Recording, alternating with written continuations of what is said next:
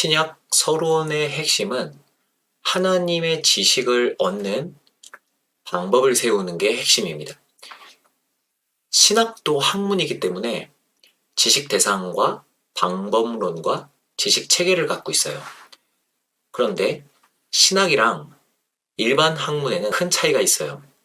일반적인 학문은 사람의 이성으로 그 대상을 탐구해서 지식 체계를 구성한다는 거예요. 근데 신학은 절대 이성으로 접근해서 지식을 얻을 수가 없습니다. 생각하면 당연하죠. 어떻게 사람의 이성을 창조한 창조주를 공부하는데 피조된 이성이 이 사람의 이성이잖아요. 피조된 이성이 이해하고 하나님을 이해하고 어떻게 하나님에 대한 지식 체계를 세울 수가 있겠어요? 그래서 신학은 하나님의 계시에 의해서 지식을 얻는다 이렇게 표현합니다. 이 계시가 정확하게 뭔지는 다음 영상에 제가 소개를 할 생각입니다. 지금은 이거를 알려드리고 싶은 거예요. 인간의 이성 따위는 창조주 하나님을 직접 알 수가 없다라는 겁니다. 신학은 하나님의 계시에 의거해서 그 계시를 사람이 믿음으로 하나님 지식을 얻습니다. 신학을 공부하는 데 있어서 가장 중요한 건 사람의 생각이랑 판단을 제거하는 게 가장 중요한 거예요. 그게 신학의 첫 번째 임무입니다.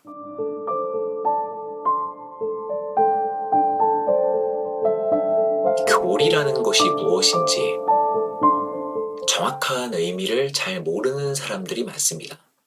우리는 당연히 성경만 하나님의 말씀이고 진리라고 믿어요.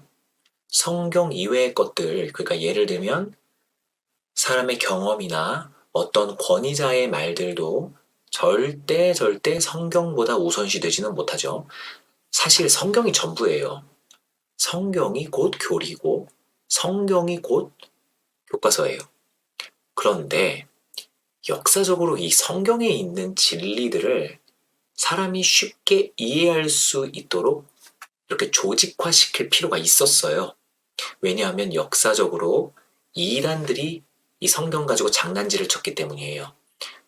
이 영상 보시는 분들도 성경을 읽으시다가 헷갈리는 것들, 모순처럼 보이는 것들, 해석하기 난해한 구절들이 있으셨을 겁니다. 이런 구절들을 이단들이 악용해서 때로는 코걸이로, 때로는 귀걸이로 막 그렇게 사용했다는 거죠. 이런 거짓 교사들이 역사 가운데 언제나 기승을 부렸어요. 그래서 교회는 성도들을 지켜야 되지 않겠습니까?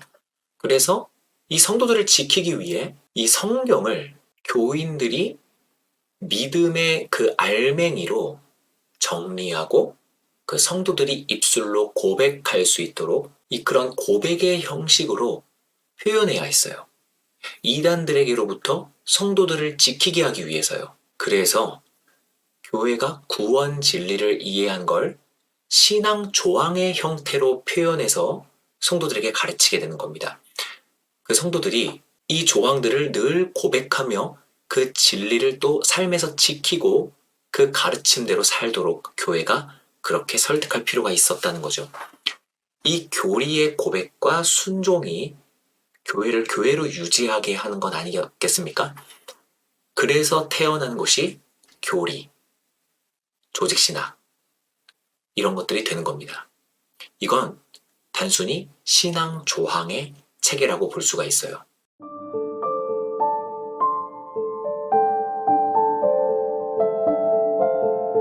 그 예수 그리스도의 십자가 사건, 그리고 사도들의 가르침, 이렇게 초대교회가 시작됐죠.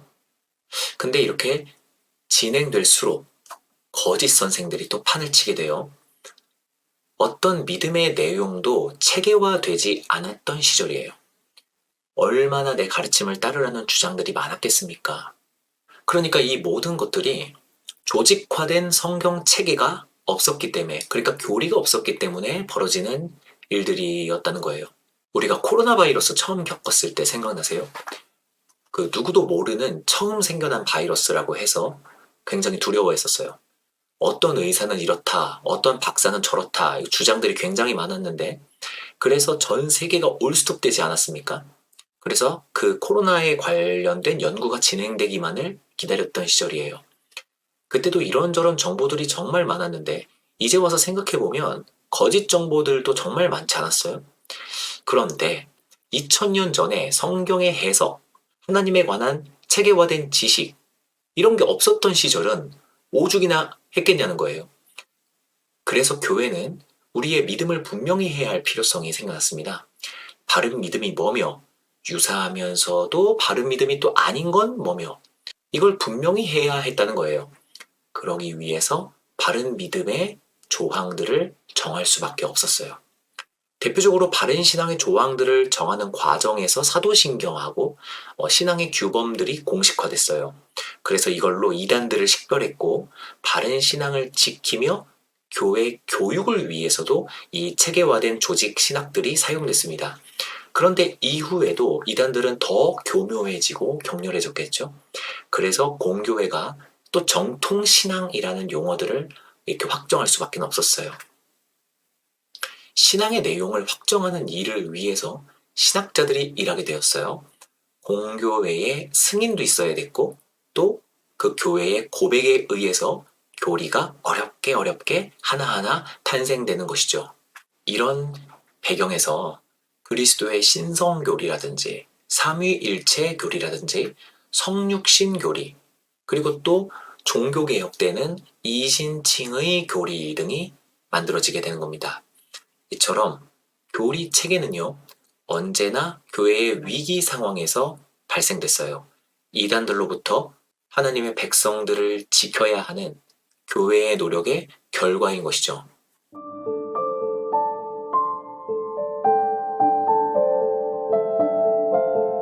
앞서서 교리는 언제나 교회의 위기 때에 태어난다라고 말씀을 드렸습니다. 언제나 위기 때에는 계몽 운동이 일어나기 마련이에요. 우리 대한민국도 일제강점기라든지 민주화 운동 때 계몽 운동이 우리 국민들을 각성시키는 계기가 되지 않습니까? 계몽이라는 이 단어는 어두움을 깨우쳐라 라는 뜻의 한자말이거든요.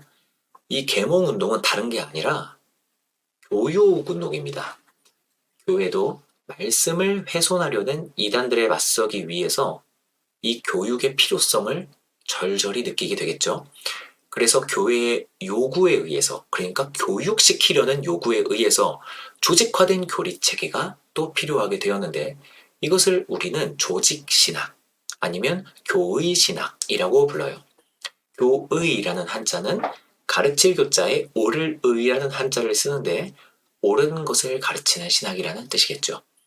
먼저는 세례 예비자들에게 믿음을 가르침에 있어서 믿음의 내용을 분명히 할 필요가 있었습니다. 이 세례 예비자들은요, 성경을 올바로 일독해 본 적이 없는 사람들이겠죠. 이제 예수를 갓 영접한 사람들일 테니까요. 근데 이 사람들에게 오직 성경만 주어져 있다면 자신의 이 체계, 이 신앙의 체계가 얼마나 미숙하고 내가 무엇을 믿어야 할지 선명하게 보이지 않았겠죠. 당연히 믿음에는 내용이 필요하지 않겠습니까? 제가 여러분들에게 다짜고짜 믿으세요. 믿으면 천국 갑니다. 이렇게 말한다면 뭐를 믿으라는 내용도 모르고 네, 믿겠습니다 라고 대답할 사람이 어디 있겠습니까?